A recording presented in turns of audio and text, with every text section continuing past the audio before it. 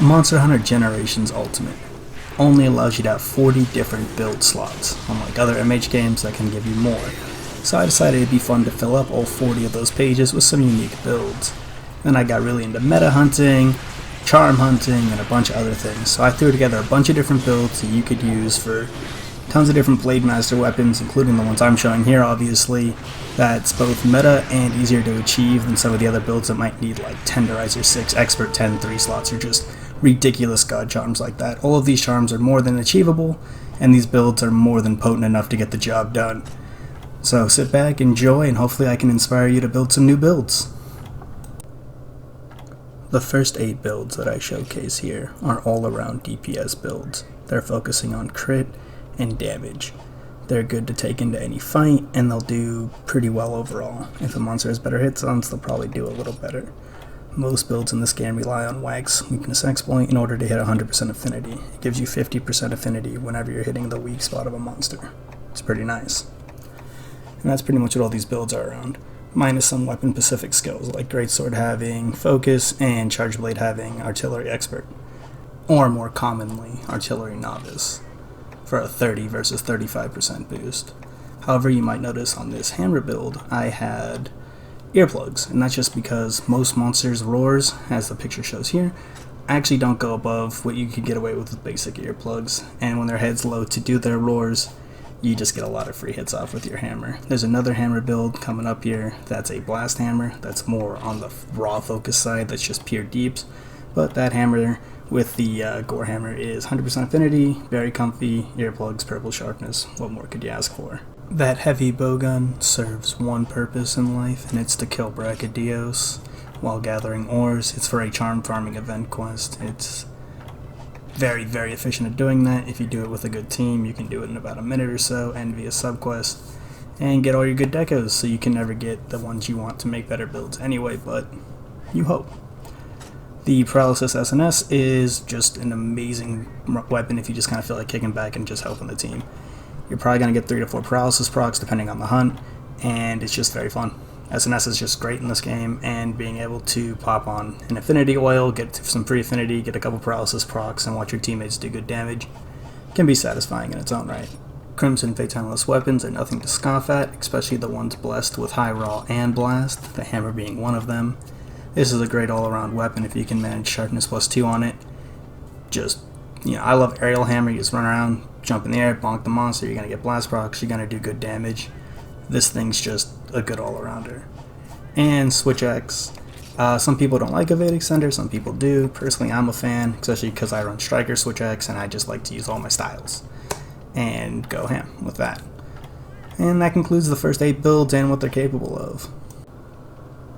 The next 6 builds are my collection of longsword builds that I pull out from time to time. This top one is razor sharp on the Altal Caw weapons, a very well made pair, along with a little affinity, just a kind of comfy LS, because the Altal Caws come with more defense. There's also a Thunder LS in there. It doesn't really show, but I believe it has over 80 Thunder, which is ridiculous on Thunder weak monsters. Fortunately, I only have Sharpness 1, I probably would recommend Sharpness 2 for that one. And there's that Blast Longsword, which on certain monsters like Saltos Queen and a couple others that are particularly weak to Blast, they don't have much build-up resistance like Kirin or Legiacris. It's pretty potent, but probably not worth grinding all that Hellblade. And sadly, there is no Crimson Fatty alternative.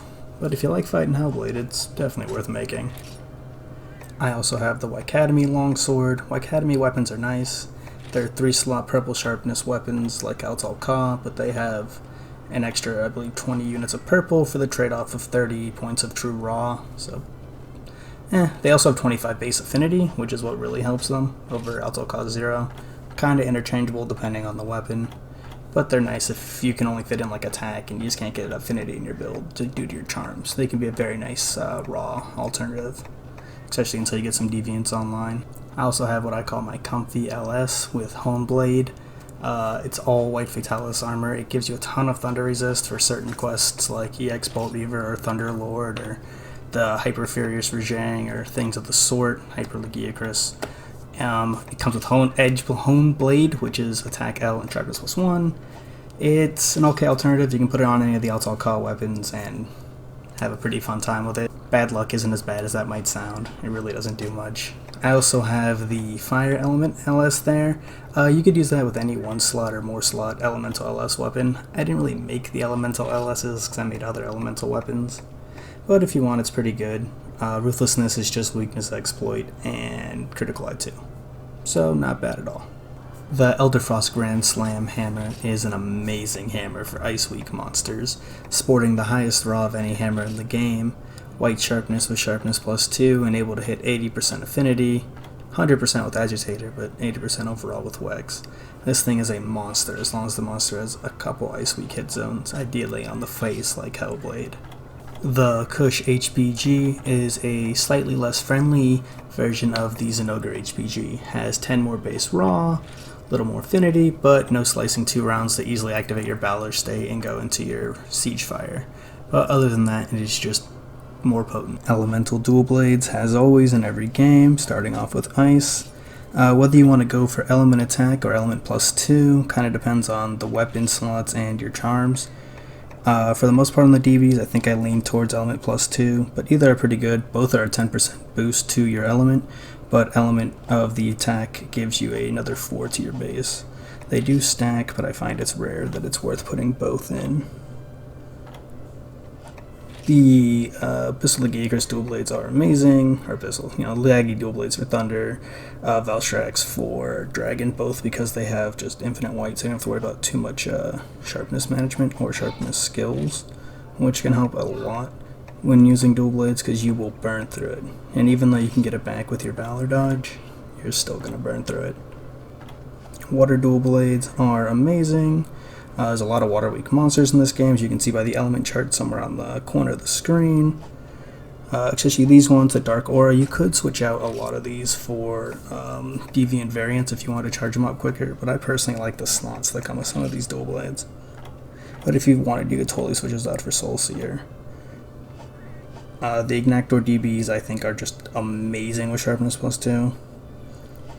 Tons of fire, good sharpness, good affinity. Just overall banger weapons. Dual blades in this game in general I think are fantastic, and you really can't go wrong with them. With the exception of maybe raw dual blades, which I just made for fun because I had the other ones here. Raw dual blades are kind of bad. By no means unusable, and like I said, razor sharp on Alto Call weapons is a match made in heaven, and if you want to use these, they're pretty decent. The next build I got coming up though is the Ignactor CB build. Now, while you only have green sharpness, this thing hits like a semi-truck, and with razor sharp you can pretty much just keep going forever. Give it Valor mode, or if you really want to have fun, you could even give it like the Energy Sword and Ripper Shield with like Striker CB and having 3 arts, like Absolute Readiness. Either work, all of its file damage with all those arts all scale off just its raw, not its sharpness, so have fun with it. It's one of the few cancel weapons outside of the guns that are meta in the endgame. So, cool. And of course, similar build but without Alka, purple sharpness, a little less raw but just better sharpness. Elemental SNSs are amazing. I actually find that they perform better than the elemental dual blades a lot of the time. And if you look closely, they tend to have more just base element. You just use Striker style, you stack your Chaos Oil 3, with Metsu 3 and Roundhouse 3, or Round Slash, which essentially acts like your Absolute Evasion. It is amazing, and if you've never tried it in Generations, even if you're not a big SNS guy, give it a shot. Almost all of the elemental SNSs can be switched out for a deviant counterpart. Elderfrost for Ice, Thunderlord for Thunder, which is actually what I'm using here. There isn't really one for Dragon, you just use the Elatrion one because it is just fantastic. With 72 Dragon, it just goes absolutely burr on anything that's weak to Dragon. Do note the element type matchups in the corner, if I didn't note that, and if you want, you can always go back and pause. If you look closely, the Thunderlord SNS is not capped yet. It does have 1 more level, so it would get another base element and 10 more base raw. That's just a little side note to throw in. The best water SNS would probably be the Soul Seer Mitsu, followed by the regular Mitsu, and then the Royal Ludroth one that I'm using, but it's a no slot, 1 slot, 3 slot. I don't have a great water charm. They're all somewhat interchangeable, but just keep that in mind. Again, Athena Set Searcher is your best friend when min-maxing. These builds are merely for inspiration. While they're great, and if you copied them 1-to-1, they'd more than do the trick, you might be able to make something more potent if you look closely. The Fire SNS can also be switched out for the Dread King Rathalos SNS, but honestly, you lose a 2 slot for like 3 more fire and 10 less raw. I don't even think it's worth it. I think this one's just straight up better. The Blast SNS is another one of our blessed Crimson Fatty weapons. With 330 raw purple sharpness and 34 blast, this thing goes absolutely apeshit on any monster that's weak to blast. Probably one of the best blast weapons, especially if you're getting in with your Chaos Oil on your SNS. This thing just deletes stuff. Also got our Poison SNS. It's good for shutting down things like Crystal Beard, Amatsu, and Kush. Other than that, Poison's kinda mid. Let's keep it a buck. Always keep in mind though the element chart, status chart, and earplugs chart that I linked during these videos and have in the corner of the videos, because it might come into play if you're really min-maxing certain builds for certain matchups.